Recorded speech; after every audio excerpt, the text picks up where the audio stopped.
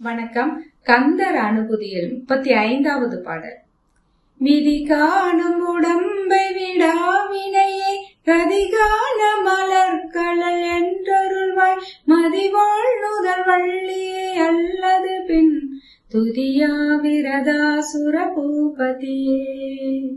விதி காணும் உடம்பை விடா வினையை கதிகான மலர்கழல் என்றருள்வாய் மதிவாழ் நுதல் வள்ளியை அல்லது பின் துதியா விரதாசுர பூபதியே.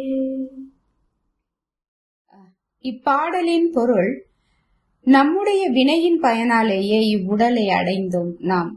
வினையின் பயனால் அடைந்த உடலை வினை நீக்கி நற்கதி அடைய எனக்கு உன்னுடைய மலர் பாதங்களை தந்து அருளமாட்டாயா முருகா என்றும், அஷ்டமி சந்திரனை ஒத்த வாள் போன்ற ஒளி வீசும் அழகான நெற்றியையுடைய வள்ளியை அல்லது பின் வேறு ஒருவரை துதியாத விரதம் கொண்டவனே, தேவர்களின் தலைவனே, என் வினைகளை நீக்கி எனக்கு உன் திருவடி தரிசனம் தரமாட்டாயா என வேண்டுவதாக அருணகிரிநாதர் இப்பாடலை அமைத்துள்ளார். விதி காணும் உடம்பை விடா வினையேன் என்ற தொடரில் இவ்வுடல் வினைகளால் ஈட்டப்பட்டதென்று கூறுகிறார். பிதர்களுக்கு பிண்ட பிராப்தி என்று இடுகிறோம். இத்தேகம் உயிரை விட்டு பிறரத்த வினை முடிந்ததும் நீங்கி விடுகிறது. எனினும் வினை போகங்களின் இச்சை, பசி, தாகம் முதலியன தொடர்ந்து பழகிய காரணத்தால் அவைகளை பூர்த்தி செய்ய மற்றொரு தேகத்தை நாடுகிறது உயிர். எனவே உடலை விட வேண்டுமானால் அவா நீங்க வேண்டும்.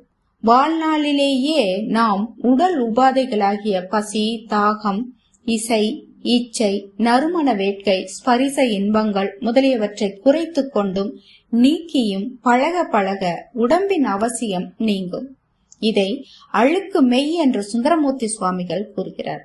அழுக்கு மெய் விடுத்து ஒளி உடம்பை எய்த முடியவில்லையே என்பதை இங்கு விதி காணும் உடம்பை விடா வினையேன் என்று கூறுகிறார். எனவே இவ்வுடல் நற்கதி பெறுவதற்கு முருகன் கழல் கண்டாலன்றி வேறு வழியில்லை. அழுக்குகள் சுரந்து கொண்டே இருக்கும் இவ்வுடலில் அமிர்தம் சுரப்பதற்கு அவன் திருவடி தீட்சை வேண்டும். உடல் அழுக்குக்கு மூல காரணம் மன அழுக்கு.